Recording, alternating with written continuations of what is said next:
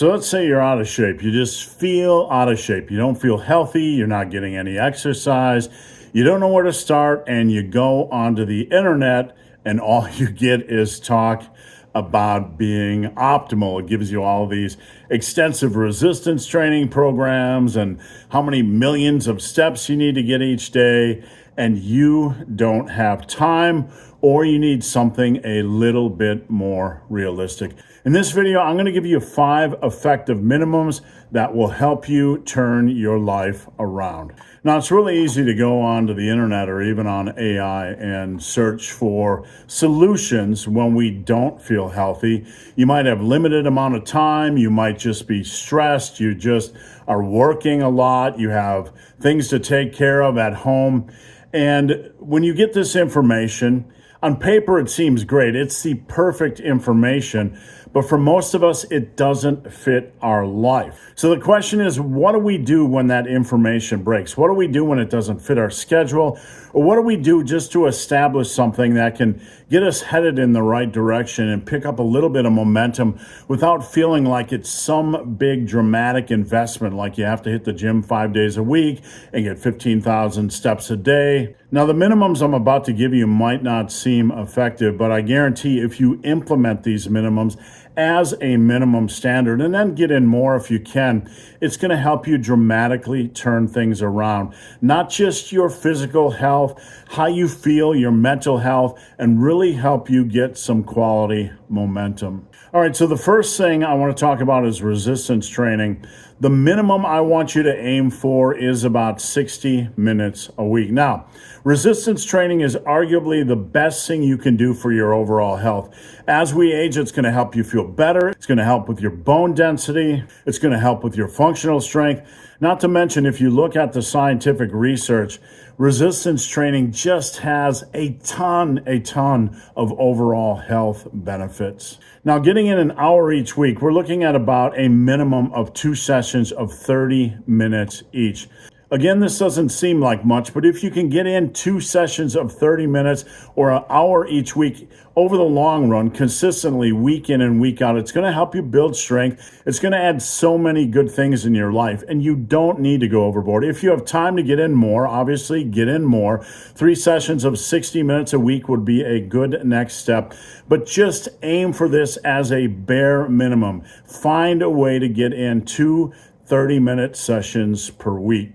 Now, the second minimum I want to talk about is getting in your daily steps. If you go online, it's probably going to encourage you to get about 10,000 steps a day. That is a really good goal to aim for. If you are very sedentary like me, you sit around a desk all day, or you have a desk job or whatever, I have a tendency not to get in more than 3,000 steps a day if I don't get off my butt and just force myself to get moving. Now, the bare minimum is 5,000 steps a day.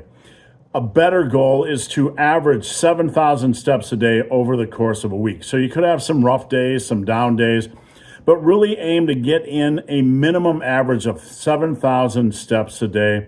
And just get creative. If you're chained to your desk, maybe you can get up for a couple of minutes and just walk around.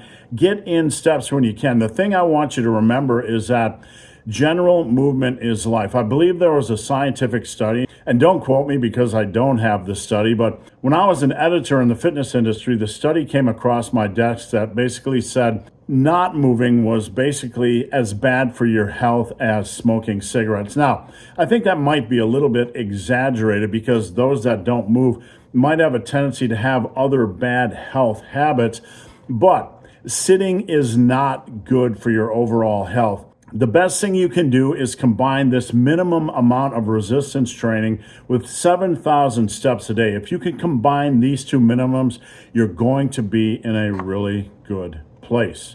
And let's say you fall behind a little bit during the week, that can be normal. Just get up a little bit earlier on the weekend and try to get in an hour of walking or go walk the dog or do something to get those steps up on the weekend. All right, now the third minimum is to get in an extra hour of movement above and beyond resistance training and above and beyond our steps each week. We have established a minimum for health, getting a little bit of resistance training, keeping that body strong, getting all the good benefits that come from resistance training. and we are moving a little bit. We're getting our steps in. We're bringing up our overall health. We're bringing up our daily movement. But I want to add one final piece to this movement puzzle, and that is getting in an extra hour of movement that is above and beyond just getting in your steps. Getting in these minimum steps is a great goal, but we need to find a way to get in some extra movement, some quality movement that isn't just moving around your daily life. This could be hiking, this could be walking the dog, this could be jujitsu, this could be swimming, this could be biking, this could be yoga. When I talk about getting in extra movement, I'm not just talking about doing something that necessarily skyrockets your heart rate or anything like that. Just get out and move. Ballroom dancing, bowling, I don't care what it is.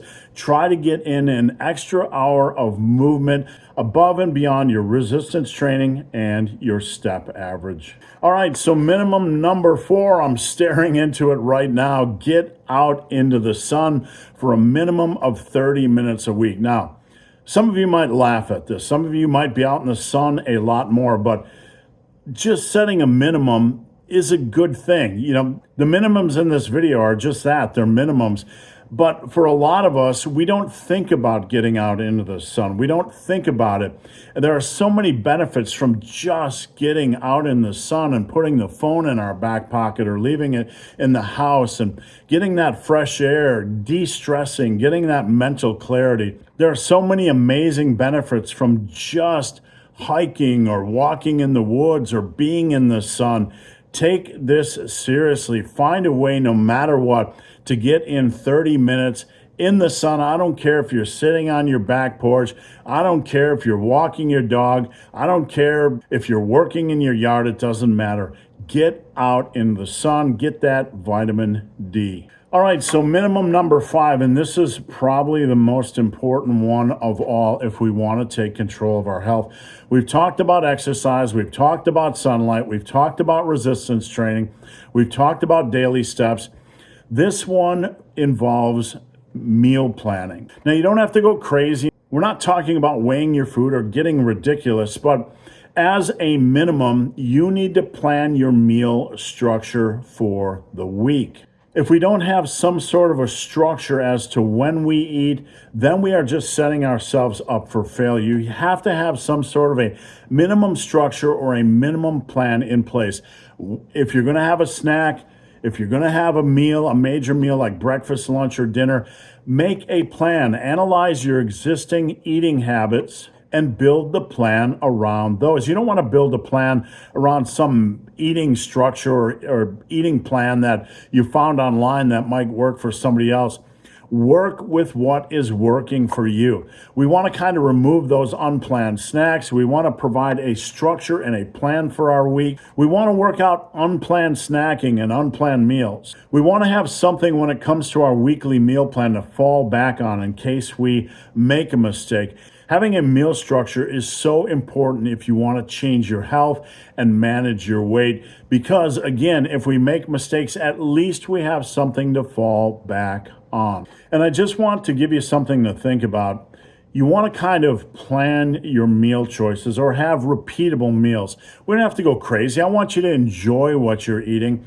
But for each slot that you put in during the day, and we're talking about during the week, try to have repeatable meals, things you can go for that you know are healthy, that you know provide nutrients, you know they're going to take good care of the body, and things you really look forward to and you know about the calorie level and that you're getting in some quality protein. If you combine having a good meal plan or meal structure, what am I going to eat for lunch? What am I going to eat for dinner? What am I going to have as a snack? We don't want to just sit there hungry having to figure things out. So create a meal structure and find repeatable meals that you enjoy.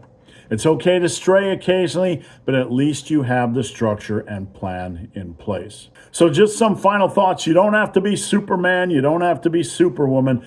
But I guarantee if you implement these 5 minimum strategies, get in your minimum amount of average steps, get in your hour of resistance training, get out in the sun, get some extra movement in, and plan a meal structure. This will be the foundation of your future health. This will go a long way to keeping you on track, to fighting the weight gain, and to helping you feel better. And just remember, these are minimums. If you can get in more and it works for you, get in more. Thank you guys so much for watching. Have a great day.